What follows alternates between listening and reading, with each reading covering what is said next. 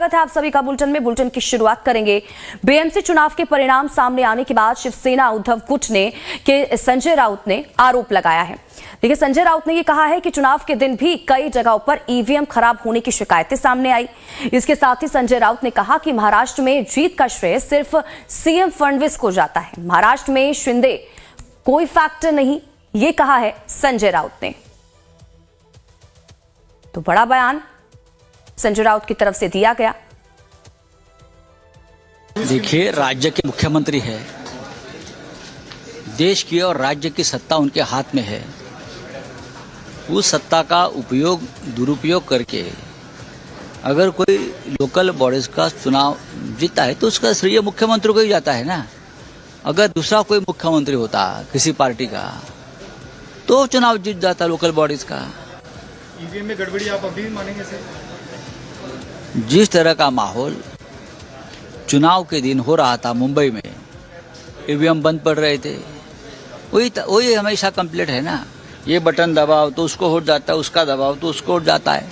Voter list में गड़बड़ी है, उसका भी नुकसान हमको भुगतना पड़ा है। शिंदे का वर्चस्व कम होगा? शिंदे का वर्चस्व कभी नहीं था, नंबर एक, न रहेगा।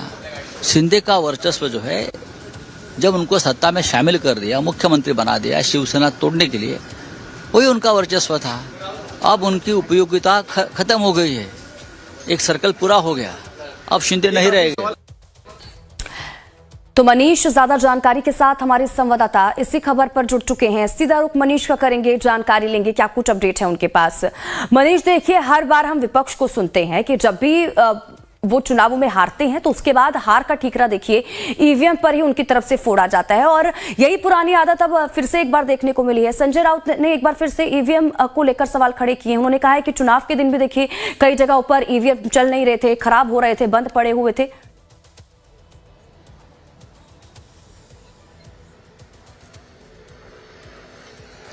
देखिए साथी, मैं आपको बता दूं कि कुछ जगहों से ये रिपोर्ट जरूर आई थी कि कुछ जगहों पे मशीन जो है वो काम नहीं कर रहे हैं, लेकिन ये गड़बड़ी इतने बड़े लेवल पर नहीं थी और बाद में जो खबर आई कि उसको ठीक भी कर लिया गया था।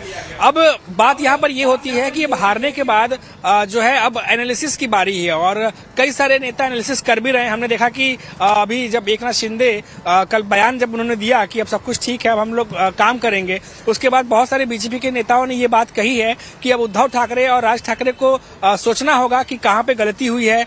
क्या जो हिंदुत्व की बात करने वाले उद्धव ठाकरे जो कहीं न कहीं पीछे हटते दिखाई दिए, जो बीजेपी आरोप लगा रही थी, क्या वो भारी पड़ गया? क्या ठाकरे ब्रदर्स जो एक साथ आए तो क्या एक साथ आने में देरी कर दी या फिर क्या वजह रही? तो अब इन तमाम चीजों को लेकर के, हालांकि इस बीच में संजय राउत लगातार एकनाथ शिंदे को लेकर के लगातार बयानबाजी कर रहे हैं। सोशल मीडिया पे भी हमने देखा कि उन्होंने पोस्ट किया हुआ एकनाथ शिंदे के बारे में और अभी बयानबाजी भी कर रहे हैं। तो निश्चित तौर पर अब कोशिश ये हो रही है कि कैसे जो हार है उसको लेकर के जो आरोप प्रत्यारोप है वो लगाया जाए, और ये कल से ही शुरू है।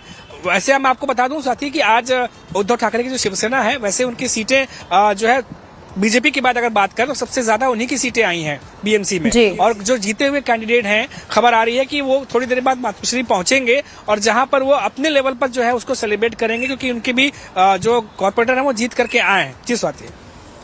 बिल्कुल, लेकिन मनीष, यहाँ पर इसको लेकर भी जानकारी दीजिएगा, क्योंकि यहाँ पर जब संजय राउत से ये पूछा गया, क्योंकि हम इससे पहले भी यही बात कर रहे थे कि जिस तरह से महायुति को यहाँ पर जीत मिली है इतने सालों बाद, क्योंकि इससे पहले देखिए शिवसेना का ही कब्जा था बीएमसी पर, लेकिन अब क्योंकि जिस तरह से जीत मिली है उसके बाद क्या देवेंद्र फडणवीस का कद महाराष्ट्र में बहुत बड़ा होगा?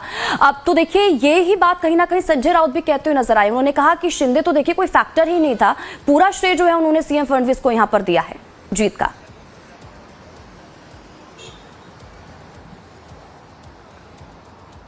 निश्चित तौर पर आप देखिए कि ये बीजेपी के लिए एक बहुत बड़ा मौका है, क्योंकि विधानसभा में भी हमने देखा था कि बीजेपी 130 से ज्यादा सीटें लेके गई थी और किसी ने सोचा नहीं था कि जो बीजेपी है वो इस बार 80 से ज्यादा सीटें लेके जा रहा। हालांकि पिछली बार भी जब 17 में चुनाव हुए थे तब 82 के करीब सीटें बीजेपी ने जीती थी, लेकिन इस बार 89 के सीटें लेकर के गए हैं और दोनों गठबंधन जो है, जो बहुमत का आंकड़ा होता है वो 114 होता है और एकनाथ शिंदे की शिवसेना और बीजेपी मिलकर 118 का आंकड़ा छू रहे हैं, यानी बहुमत से 4 सीटें ज्यादा।